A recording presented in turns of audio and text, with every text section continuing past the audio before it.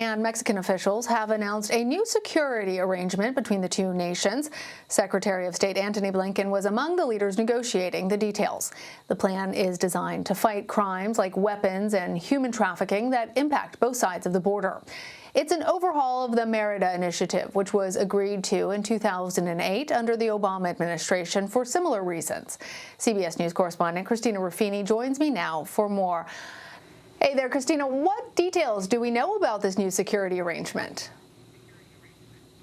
Well, to start, this is a 13-year-old agreement that they've kind of relaunched. If you think about when the U.S. tried to, reset its agreement with, reset its relationship with other countries, maybe those were less successful. Hopefully, I think the administration is hoping this will be more successful. It's a program to combat drugs, to combat violence, to combat narco trafficking, and they want to refocus on this issue because it so greatly impacts both countries, right?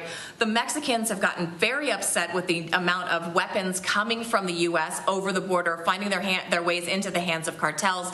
The homicide rate in Mexico is at an all-time high. And conversely, the United States officials are sick of drugs like fentanyl. They're sick of, all this stuff coming across the border the other way. Both governments have violence. They have drug trafficking issues that they need to tackle. And the theory is, if we work together, maybe we can really make a difference. But in the past, these kinds of agreements have been not so effective because it relies on both governments to implement them. It relies on funding. It relies on the officials implementing them not being corrupt and following out through what they're supposed to do, and it relies on political will that can change through administrations, and that's what we've seen on the U.S. end of this deal. It's kind of been expanded and contracted through various administrations. So the Biden administration is saying, look, we're redoubling our efforts, we're back in, we're going to expand the breadth and depth of this, we're going to put our money where our mouth is, and we are here with you to combat these issues. And Christina, can you tell us more about what the practical effect of this new security cooperation might be?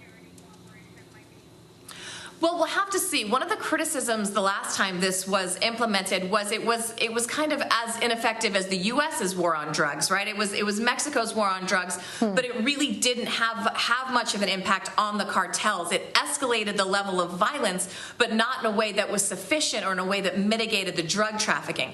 So one of the ways that a Mexican president, López Obrador, has tried to kind of retool this is he wants more investment in social programs. He wants more investment of the root cause as to why people go into drug trafficking, as to why people turn to these crime avenues as a means to sustain themselves and their families.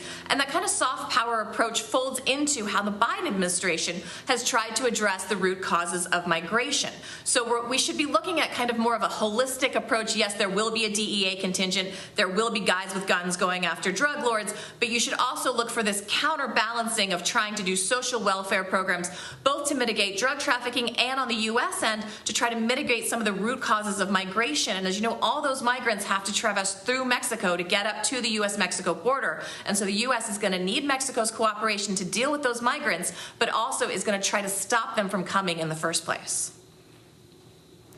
Christina, is it significant that Secretary Blinken and several other high-ranking U.S. officials actually traveled to Mexico City to negotiate this?